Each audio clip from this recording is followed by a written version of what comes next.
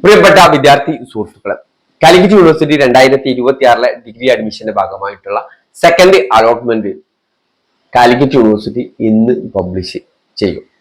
Second allotment publish ചെയ്ത് കഴിഞ്ഞാലുള്ള നടപടിക്രമം, അതിന്റെ മറ്റു കാര്യങ്ങളാണ് നമ്മൾ ഈ വീഡിയോയിൽ പറയുന്നത്. ആബിദ് ടോക്സിന്റെ പുതിയ വീഡിയോയിലേക്ക് സ്വാഗതം. ഈ വീഡിയോ നിങ്ങൾക്ക് ഉപകാരപ്പെടണമെങ്കിൽ നമ്മളൊന്ന് സബ്സ്ക്രൈബ് ചെയ്ത് ഒന്ന് പ്രൊമോട്ട് ചെയ്യുക. ഇന്ന് പബ്ലിഷ് ചെയ്യുന്നത് വൈകുന്നേരത്തിന് മുന്നോടിയായിട്ട്, കഴിഞ്ഞ അലോട്ട്മെന്റിനെ കാട്ടി കുറച്ച് നേരത്തെ ആയിട്ട് ഈ അലോട്ട്മെന്റ് പബ്ലിഷ് ചെയ്യും.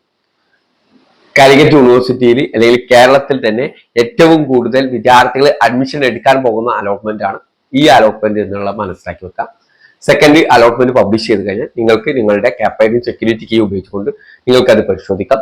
അത് പരിശോധിച്ച് കഴിഞ്ഞാൽ അവിടെ നിങ്ങൾക്ക് കിട്ടിയ കോളേജ് ഉണ്ടാകും, നിങ്ങളുടെ കാറ്റഗറി ഉണ്ടാവും, നിങ്ങളുടെ പ്രിയോറിറ്റി എത്രാമത്തതാണ് അലോട്ട്മെന്റ് ചെയ്തത് എന്നുള്ളത്. ഇതിൽ കോളേജും കോഴ്സും നിങ്ങൾക്ക് മനസ്സിലാവും, ഏത് കോളേജിലാണ് കോഴ്സിലാണെന്ന് മനസ്സിലാവും. പ്രിയോറിറ്റി നിങ്ങൾക്ക് എത്രാമത്തെ ഓപ്ഷനാണ് കിട്ടിയത് എന്ന് മനസ്സിലാവും.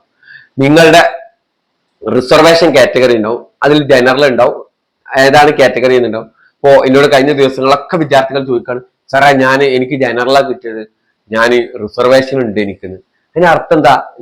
ജനറൽ എന്ന് പറയുന്നത് കേരളത്തിലെ എല്ലാ വിദ്യാർത്ഥികൾക്കും അർഹതപ്പെട്ടതാണ്. നിങ്ങൾ ജനറൽ കിട്ടി പറഞ്ഞാൽ നിങ്ങൾ ആ ക്ലാസ്സിലെ ടോപ്പ് സ്കോററായി, റിസർവേഷൻ ഇല്ലാതെ തന്നെ നിങ്ങൾക്ക് അഡ്മിഷൻ കിട്ടിയത്, അതാണ് അതുകൊണ്ട് അർത്ഥമാക്കുന്നത്.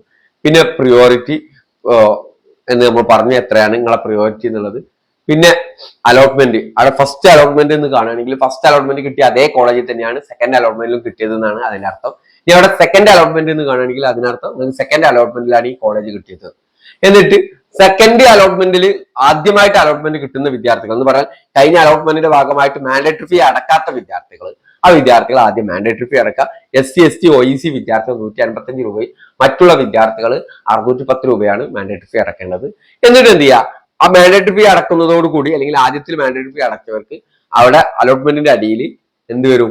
അലോട്ട്മെന്റ് മെമ്മോ വരും. ആ അലോട്ട്മെന്റ് മെമ്മോ ഡൗൺലോഡ് ചെയ്ത് എടുക്കുക, പ്രിന്റ് എടുത്ത് അതും യൂണിവേഴ്സിറ്റി അഡ്മിഷന് വേണ്ടിയിട്ടുള്ള രേഖകളെ കുറിച്ചുള്ള കാര്യങ്ങൾ നമ്മൾ അപ്ലോഡ് ചെയ്തിട്ടുണ്ട്. അതിൽ പറയുന്ന കാര്യങ്ങളും കൊണ്ട് കോളേജിൽ പോയി പെർമനന്റ് അഡ്മിഷൻ എടുക്കുക. പെർമനന്റ് അഡ്മിഷൻ എടുക്കുക എന്ന് പറഞ്ഞാൽ നിങ്ങൾ അവിടെ പെർമനന്റ് ആയി എന്നല്ല. പെർമനന്റ് അഡ്മിഷനിൽ ഒരു കൂട്ടർ മാത്രമേ പെർമനന്റ് ആവുള്ളൂ. നിങ്ങൾക്ക് ഫസ്റ്റ് ഓപ്ഷൻ കിട്ടിയ വിദ്യാർത്ഥികൾ ഈ അലോട്ട്മെന്റ് കിട്ടി നിങ്ങൾ കോളേജിൽ പോയി അഡ്മിഷൻ എടുത്താൽ നിങ്ങൾ പെർമനന്റ് ആയി, അവിടെയാണ് നിങ്ങൾ പെർമനന്റ് ആണ്. ഇനി നിങ്ങൾക്ക് കിട്ടിയ ഓപ്ഷന് ഇഷ്ടപ്പെട്ടുകൊണ്ട് ഹയർ ഓപ്ഷൻ ഒക്കെ ഡിലീറ്റ് ചെയ്തു, ഇനി ഹയറിൽ നോ ഓപ്ഷൻ ഇല്ല, ആ വിദ്യാർത്ഥികൾക്ക് കോളേജിൽ പെർമനന്റ് അഡ്മിഷൻ എടുത്താൽ അടുത്ത അലോട്ട്മെന്റിൽ ആ പെർമനന്റ് അഡ്മിഷനെ അവിടെ ഉണ്ടാവുള്ളൂ. അതോടുകൂടി നിങ്ങൾ ആ കോളേജിലാണ് സ്ഥിരം എന്നുള്ളതാണ്. ഇനി മറ്റൊരു കൂട്ടം വിദ്യാർത്ഥികളുണ്ട്, അവർക്ക് കിട്ടിയ ഓപ്ഷനിൽ തൃപ്തികരമല്ല. ആ വിദ്യാർത്ഥികൾ എന്ത് ചെയ്യണം? കോളേജിൽ പോയിട്ട് പെർമനന്റ് അഡ്മിഷൻ എടുക്കണം. ആ വിദ്യാർത്ഥികളെ തേർഡ് അലോട്ട്മെന്റിൽ പരിഗണിക്കും. തേർഡ് അലോട്ട്മെന്റ് പുതിയ കോളേജ് കിട്ടിയാൽ ആ കോളേജിലാണ് തേർഡ് അലോട്ട്മെന്റിന് ശേഷം അഡ്മിഷൻ എടുക്കേണ്ടത്. അപ്പൊ ഈ കോളേജിൽ വന്നിട്ട് TC വാങ്ങുക, ആ കോളേജിൽ പോയിട്ട് അഡ്മിഷൻ എടുക്കുക.